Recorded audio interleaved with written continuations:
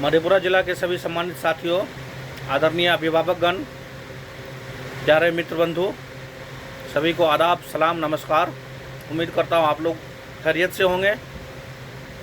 मैं शाहनवाज आलम मधेपुरा आप लोगों के बीच कुछ महत्वपूर्ण सूचना लेकर आपके समक्ष उपस्थित हुआ हूँ और आशा करता हूँ कि आप लोग ध्यानपूर्वक, सावधानीपूर्वक इस बात को सुनेंगे और खुद भी लाभान्वित होंगे और अपने समाज, परिवार के लोगों को भी लाभान्वित करेंगे। जैसा कि आप सभी बिहार वासियों को, मधेपुरा वासियों को मालूम होगा कि इलेक्शन कमीशन, चुनाव आयोग द्वारा जो है बिहार में मतदाता पुनरीक्षण अभियान चलाया जा रहा है और इस अभियान के अंतर्गत बिहार के सभी मतदाता, जिसका नाम वोटर लिस्ट 2025 के सूची में है, उन सभी को ये फॉर्म भरना अनिवार्य है। बिहार के ऐसे सभी मतदाता जिसका नाम 2025 के मतदाता सूची में है, उन सभी को ये फॉर्म भरना अनिवार्य है। अगर आप इस फॉर्म को नहीं भरेंगे तो आगामी मतदाता जो विधानसभा का चुनाव है और उसके लिए जो वोटर लिस्ट तैयार की जा रही है, आप उस वोटर लिस्ट की सूची से वंचित हो जाएंगे और आप अपना मतदान करने से वंचित हो जाएंगे।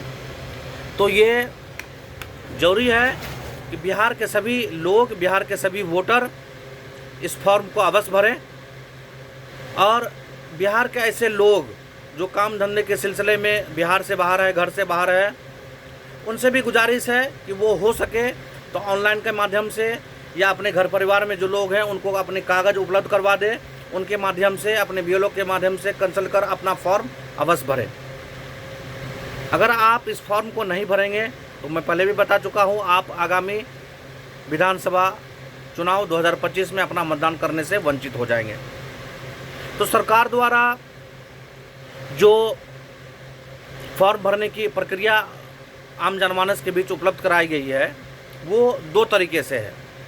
या खुद से भी आप अपना फॉर्म भर सकते हैं या बीएलओ के द्वारा आपको फॉर्म उपलब्ध कराया जाएगा और आप उस फॉर्म को भरकर आयोग द्वारा जो कागज़ों की सूची दी गई है उस सूची में से कोई कागज़ लगाकर आप बीएलओ को जमा कर सकते हैं।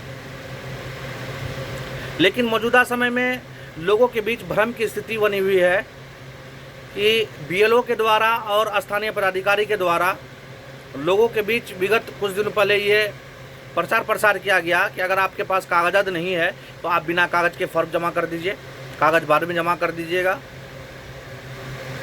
लेकिन स्थानीय पदाधिकारी या बीएलओ के बातों में आकर बहुत सारे लोगों ने बिना कागजात के फॉर्म को सबमिट कर दिया और अब पुनः विगत 2 दिनों से बीएलओ के द्वारा ऐसे सभी वोटरों से, ऐसे सभी व्यक्तियों से जिन्होंने अपना फॉर्म जमा किया है, उनसे पुनः कागज़ की मांग की जा रही है।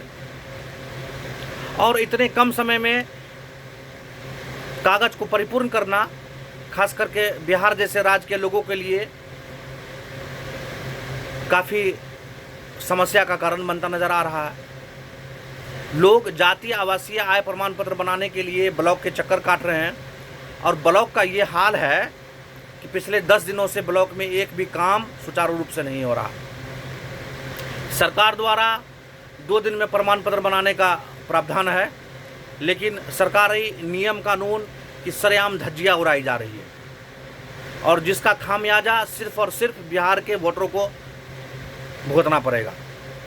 तो मैं ऐसे सभी वोटरों से निवेदन करता हूं कि जिनके पास भी कागज़ की उपस्थिति है, जिनके पास भी कागज़ है, वो तो कागज़ लगाकर अपने बीएलओ से संपर्क कर अपना कागज़ समर्पित कर दें।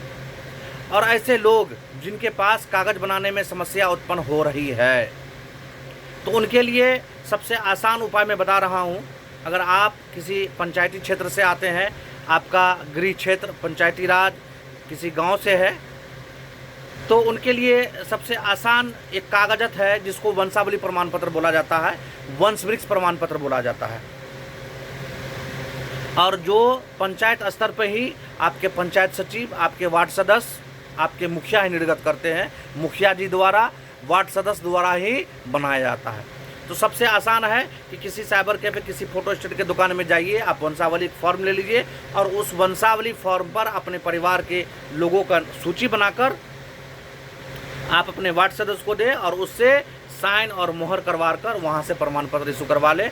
वही आपका वंशावली प्रमाण पत्र इस फॉर्म में काम कर जाएगा। दूसरा एक आसान कागज़ है मकान आवंटन प्रमाण पत्र या सरकारी भूमि आवंटन पत्र।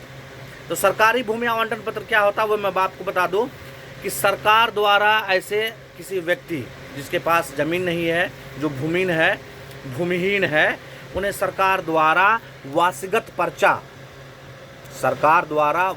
पर्चा या भूदान पर्चा निर्गत करवाया जाता है।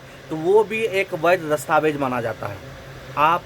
आपके पास अगर वो दस्तावेज है, वो क्या कहते हैं चिरकुट है, या फिर वो क्या कहते हैं उसको